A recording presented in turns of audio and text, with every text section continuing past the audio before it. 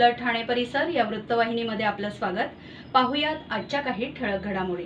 मुंब्रावासियांबाबत ठाणे पालिकेचा दुजाभाव. पाण्यासाठी राष्ट्रवादी काँग्रेसचे बेमुदत धरणे आंदोलन. पाण्याचा काळाबाजार करणाऱ्यांवर मोक्कानुसार कारवाई करा. शानू पठाण. ठाणे महानगरपालिकेवर सध्या राज्य सरकारचा हस्तक्षेप वाढीस लागला आहे. त्यामुळेच विरोधकांचे प्राबल्य असलेल्या विभागात दुजाभाव केला जात आहे.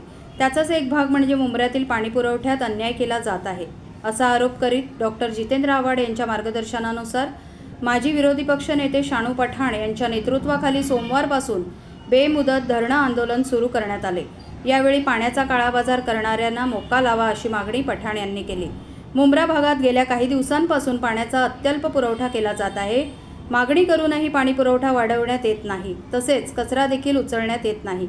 या निषेधार्थ ठामपाच्या मुंब्रा येथील पाणीपुरवठा विभागासमोर हे आंदोलन सुरू करण्यात आले आहे. या आंदोलनात मोठ्या संख्येने महिला, पुरुष आणि लहान मुलं सहभागी झाली आहेत. या आंदोलकांकडून ठाणे पालिकेवर भेदभाव केला जात असल्याचा आरोप केला जात आहे. या संदर्भात शानू पठाण यांनी मुंब्रा भागात राष्ट्रवादी काँग्रेस पक्ष शरदचंद्र पवारचे प्राबल्य आहे. गेल्या 2 वर्षाचा इतिहास पाहता विरोधकांना निधी देताना राज्य सरकारकडून आखडता हात घेतला जात आहे. तसाच प्रकार आता नागरी सुविधा पुरवण्यातही केला जात आहे. गेल्या 15 दिवसांपासून 3-3 दिवस पाणी पुरवठाच करण्यात येत नाही. काही ठिकाणी पाणी माफियांकडून पंप लावून पाणी खेचले जात आहे. टँकर माफिया खुलेआम पाण्याची विक्री करीत आहे. विकण्यासाठी पाणी आहे, मात्र गोरगरिबांना पाण्यासाठी वणवण करावी लागत आहे. दुसरीकडे कचरा उचलण्यासाठी कोट्यावधींचे ठेके दिले जात आहे. शहराच्या विविध भागातील कचरा हटवण्यात येत नाही. अगदी मंदिराच्या आवारातील, मंदिर परिसरातील, शाळेजवळील कचराही उचलण्यात येत नाही. परिणामी मुंब्रा कौसा भागात साथीच्या आजारांचा प्रचंड फैलाव झाला आहे. ठामपाची निवडणूक झालेली नसल्याने ठाणे महानगरपालिकेचा कारभार राज्य सरकारच्या निर्देशानुसार चालत आहे.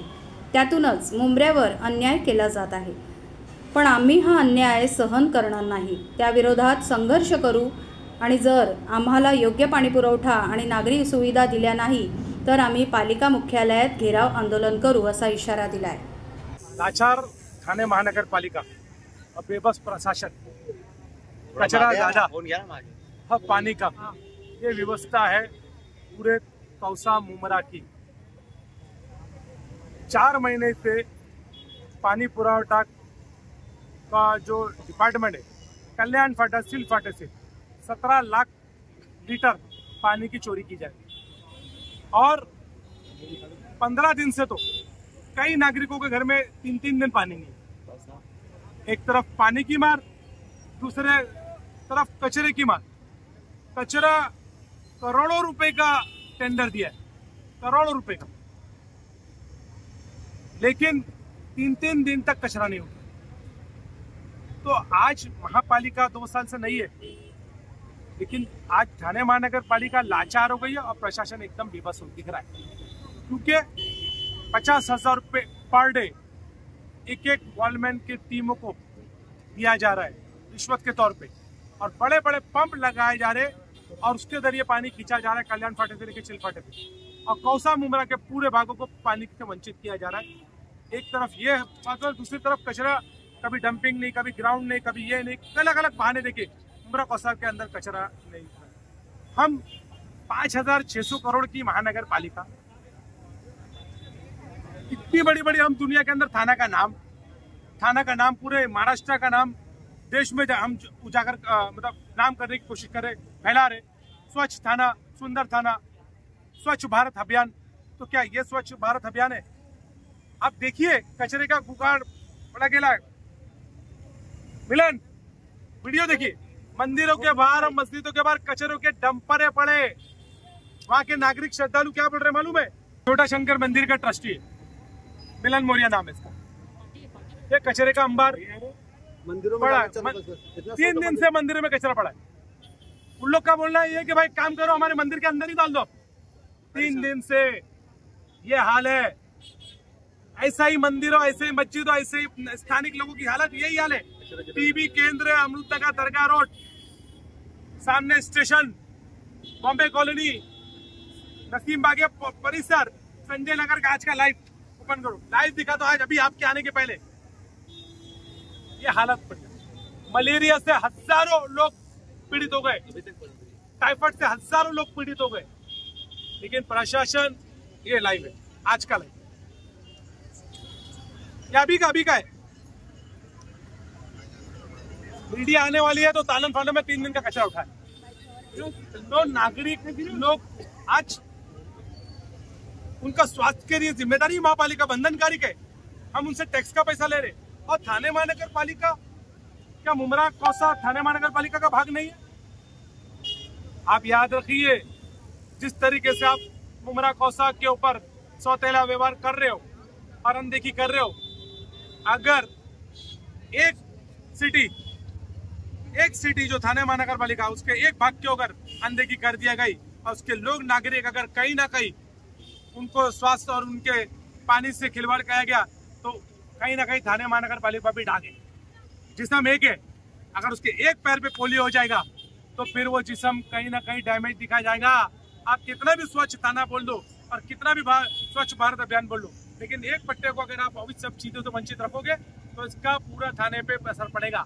मध्ये आमचे शानू पठाण आहेत भाई, ते बघतात आम्हाला पाण्याचं पण त्यांनी पण सांगितलं शिलपाट्याला डिवाइड केलेलं आहे पाणी, ते आम्हाला काही भेटत नाही पाणी। आणि येतं तर नुसतं गटारीचं पाणी महानगरपालिकेला गेलो होतो शानबाई पडणार, हे करणार, मग कोण बघणार आमच्या एरियामध्ये? 100 रुपये ड्रम आहे, बोरिंगचं पाणी भेटतं। सगळे घर काम करणारे बाय आहेत, कोण 100 रुपये ड्रम पाणी घेईल? अशी टाकी घ्यायला गेलं 700 रुपये टाकी आहे। हाय परिस्थिती एवढी माणसाची, 700 रुपयांनी पाणी घ्यायला तुम्ही बिल मीटर लावून दिलंय ना, त्या पाण्याचं बिल जितका मीटर फिरेल तितका बिल घ्या ना, आम्ही भरायला तयार आहोत। पण आमचे आता पण बिल दाखवतो आम्ही, आमची क्लिअर बिल आहेत महानगरपालिकेला, एकही नाही असं बिल की आम्ही भरलेलं नाहीये प्रत्येक महिन्याचं, प्रत्येक वर्षाचं।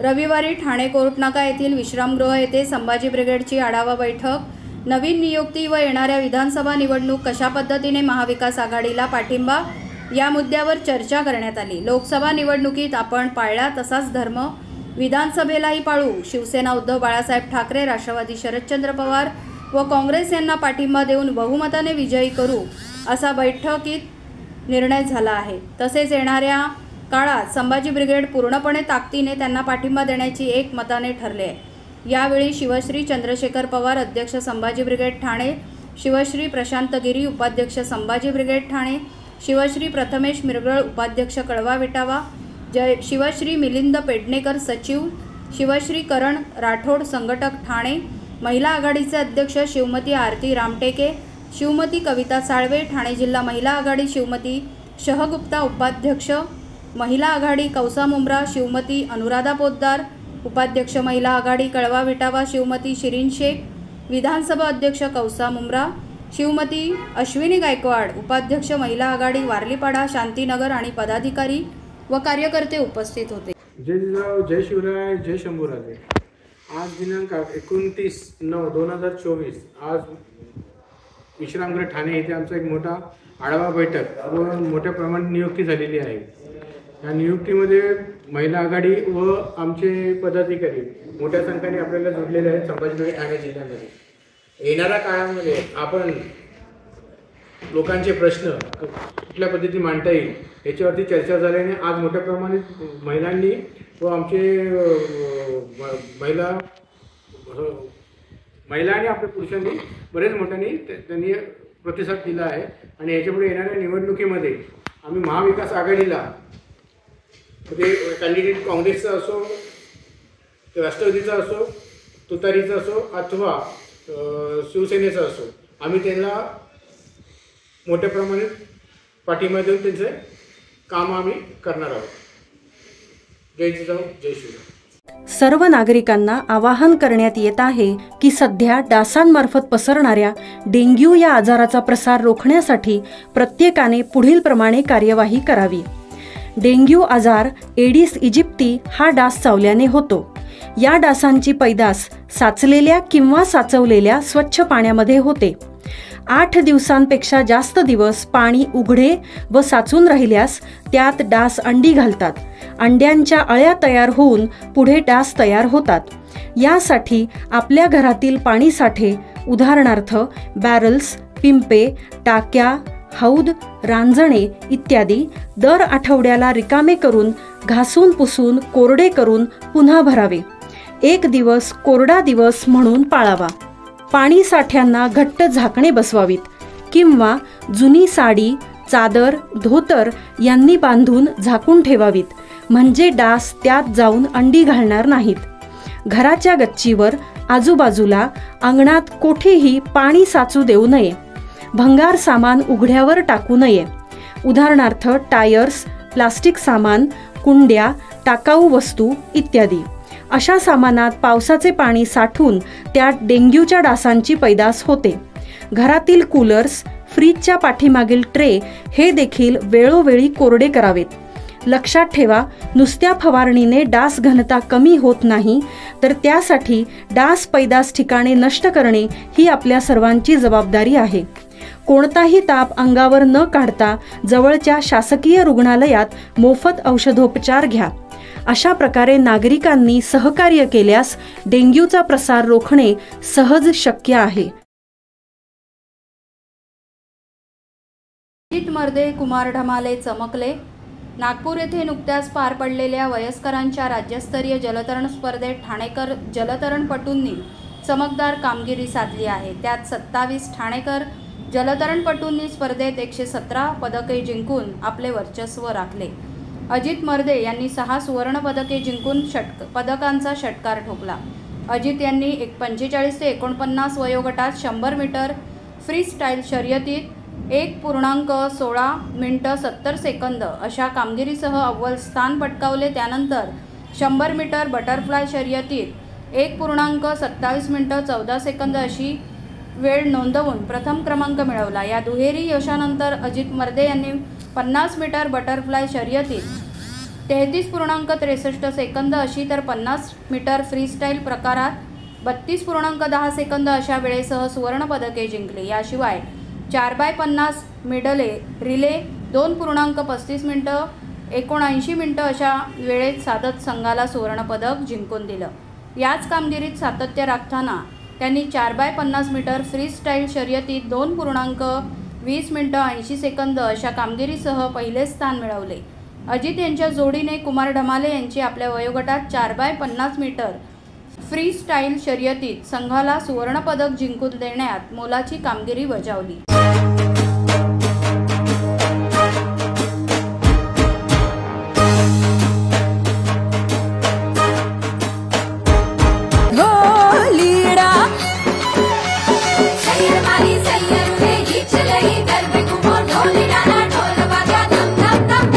घेरदार घूमता रूप झूमता हैया ने चोरे गोरी तमे मन लाली धामो हीरा.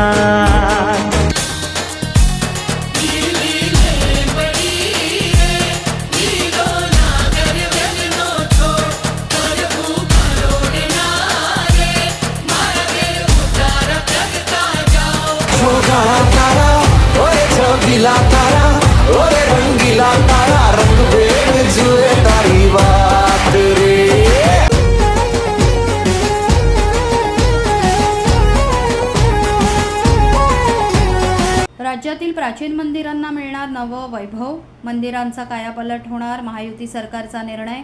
जुन्या जीर्ण मंदिरांचा जीर्णोद्धार. राज्यातील 3 मंदिरांसाठी 71 कोटी. महायुतीचा वेगवान निर्णय. 500हून अधिक वर्षापासूनच्या जुन्या जीर्ण झालेल्या प्राचीन मंदिरांचा कायापालट करण्याचा निर्णय देवाभाऊंच्या महायुती सरकारने घेतला आहे. त्यानुसार राज्यातील 9 पैकी 3 मंदिरांच्या जीर्णोद्धारासाठी MMRDAने 71 कोटी रुपयांचा 5 निविदा काढल्या आहेत. या निविदांना मान्यता मिळाल्यानंतर या मंदिराच्या जीर्णोद्धाराचे काम सुरू होईल. यामध्ये पुणे जिल्ह्यातील कार्ला येथील एकविरा देवी, बीडमधील पुरुषोत्तमपुरी तसेच कोल्हापूर जिल्ह्यातील कोपनेश्वर मंदिराच्या कामाचा समावेश आहे. त्या निर्णयाची अंमलबजावणी करण्याची जबाबदारी MMRDAकडे सोपवली आहे. म्हणजेच देवाभाऊंच्या नेतृत्वात महायुती सरकार आल्यापासून पुन्हा एकदा हिंदू सण आणि संस्कृती यांचे महत्त्व मिळू लागले आहे. हिंदू संस्कृती जपणार महायुती सरकार। तर या होत्या आपल्या शहरातील काही ठळक घडामोडी। उद्या पुन्हा भेटू याच वेळी याच ठिकाणी। धन्यवाद।